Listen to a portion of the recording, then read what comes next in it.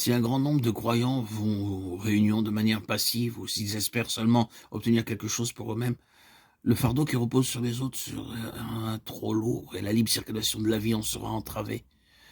Ce qui détermine la valeur d'une réunion pour le Seigneur et pour les saints dépend de la proportion de ceux qui, présents, ont un désir positif de laisser libre cours à la vie. C'est la responsabilité de tous ceux qui possèdent la vie du Seigneur. Ce n'est pas une question de maturité. Pourvu seulement que chacun ait un esprit pur, il y aura alors entre ses membres un courant de vie qui ranimera l'ensemble. Les églises subissent de sérieuses pertes à cause de la passivité de bon nombre de leurs membres. Il est vrai que nous pouvons chacun nous approcher du Seigneur individuellement, et en le faisant, nous sommes fortifiés. Mais il y a quelque chose de particulier dans cette réciprocité des membres, et ce ministère. Christ, la tête de l'Église, l'a confie à ses membres. Lorsque le Seigneur dit « Si donc je vous ai lavé les pieds, moi le Seigneur et le Maître, vous devez aussi vous laver les pieds les uns aux autres. » Jean 13, 14. Nous ne pouvons pas impunément ignorer notre responsabilité à l'égard de ce ministère de la vie pour nos frères, ni non plus négliger notre grand besoin d'être aussi fortifiés par leurs moyens, car ils sont aussi les seuls à pouvoir le faire. Cela nous conduit tous à demeurer obligatoirement dans le Seigneur pour être maintenus de manière permanente dans la fraîcheur. Si aujourd'hui nous ne demeurons pas expérimentalement dans le Seigneur, ceux qui nous rencontreront passeront à côté du toucher vivifiant dont ils ont besoin. Beaucoup parmi les enfants de Dieu rabâchent toujours le même refrain de leur expérience passée. Oh, combien cela est pathétique! Ils stagnent et par conséquent sont incapables d'accomplir ce ministère si nécessaire que leur a confié le Seigneur.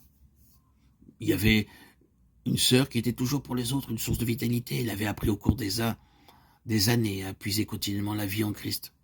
Lorsque vous vous sentiez spirituellement surmené, il vous suffisait de vous asseoir auprès d'elle et de parler avec elle un petit moment. Il n'était pas nécessaire que vous fassiez quelque chose, pas plus qu'elle-même. Vous demeuriez assis en sa compagnie et la fatigue se dissipait. Vous étiez vivifié parce qu'elle était en constante et étroite communion avec le Seigneur. C'est en raison de la fraîcheur de sa communion avec lui que les autres le rencontraient aussi lorsqu'ils la rencontraient. Frères et sœurs, n'envions pas l'élocution des uns, ni la grande étendue de la connaissance biblique des autres, mais aspirons au ministère de vie en faveur des saints. Si nous nous maintenons dans une étroite communion avec la tête du corps, nous serons en mesure d'être des ministères de sa vie pour les autres membres. Il arrive fréquemment que dans une réunion de prière, lorsqu'un jeune né de nouveau depuis peu de temps, croyant, prie, immédiatement il y a une libération de la vie. Sa connaissance est limitée et son parler mal assuré, mais dès qu'il prie, toute l'assemblée est édifiée. Par contre, beaucoup de chrétiens de longue date, malgré des années d'accumulation de connaissances bibliques et de maîtrise de leur langage, n'ont plus aucun impact dans les réunions lorsqu'ils prient. Le jeune croyant a rencontré tout récemment le Seigneur. L'autre, plus âgé dans la foi, n'a pas su conserver cette fraîcheur. La fraîcheur de la vie est communiquée aux autres membres du corps quand nous sommes en contact vivant avec notre tête vivante. Il est juste et bon de vouloir laver les pieds des saints, cependant nous devons savoir qu'il s'agit là d'un ministère réciproque dans l'Église. Nous ne prospérerons pas si nous voulons toujours exercer ce ministère sans jamais vouloir que les autres l'exercent aussi envers nous. L'Église, dans son entier, est édifiée par le ministère mutuel de tous ses membres. Nous devons toujours nous empresser de servir les enfants de Dieu, mais nous devons toujours être prêts à ce qu'ils nous servent aussi.